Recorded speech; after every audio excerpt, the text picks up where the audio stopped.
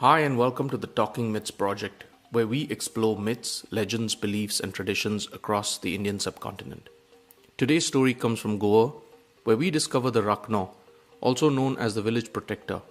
This story is submitted by Vidya Kamath and narrated by Vince Costa.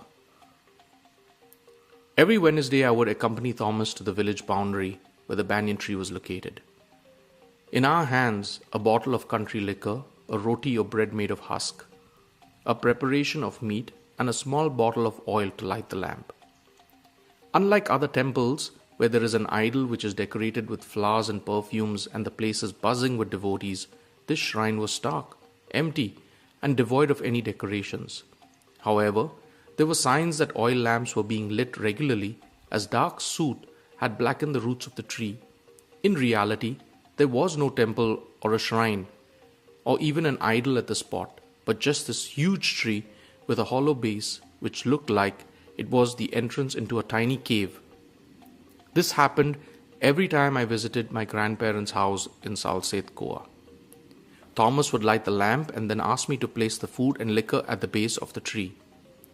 Our offerings were always made after sunset.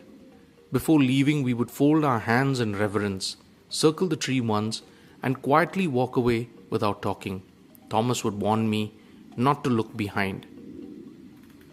Curious about the entire proceedings, I once asked my granny, "For whom do we carry this food?" She said, "It is for our Rakhno." Rakhno in the language of the region means protector, a guardian spirit. For us, the Rakhno was a village spirit who protected all of us. We worshipped him, but at the same time feared him. No one knew how he looked. There were many opinions, but everyone agreed on was that he had a fearsome gaze and that if you looked into his eyes, you would either end up dead or crazy. Some said that he was a tall man who was dressed like a shepherd with a woolen shawl on his shoulders and a wooden staff, while others believed that he had a sword, rode a horse, and always moved with a band of followers.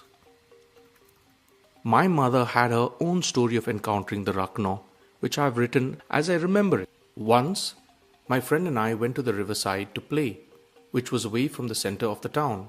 Time passed fast as we had fun, and rather late we realized that night was approaching quickly. We were alone and the darkness made us afraid, so we began to cry. Suddenly we heard a male voice calling out to us, "What are you two girls doing there so late in the evening?" His voice was rough and commanding. Frozen with fear, we could not speak. He rebuked us for being out so late and said he would drop us home. "I will walk behind you," he said. "Now get moving," he ordered. We clutched each other and began walking. We could hear the peculiar sounds of leather shoes marking the road behind us. He was probably carrying a wooden staff which he banged on the ground with every step that he took. His footsteps were very heavy, so we assumed that he was a tall, hefty man.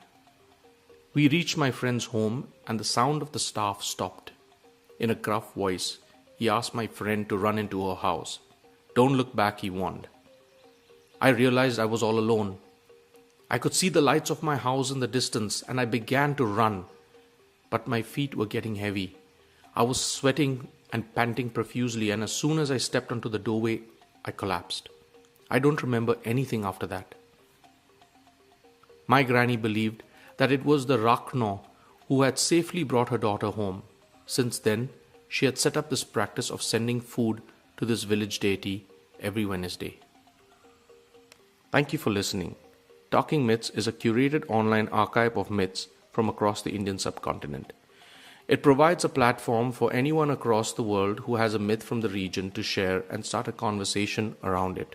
At Talking Myths Project, we're open to those who have an insight about how such myths came to be, and the project is committed to building a repository of myths that belong to the people of the region. To read more stories and participate, please visit talkingmyths.com.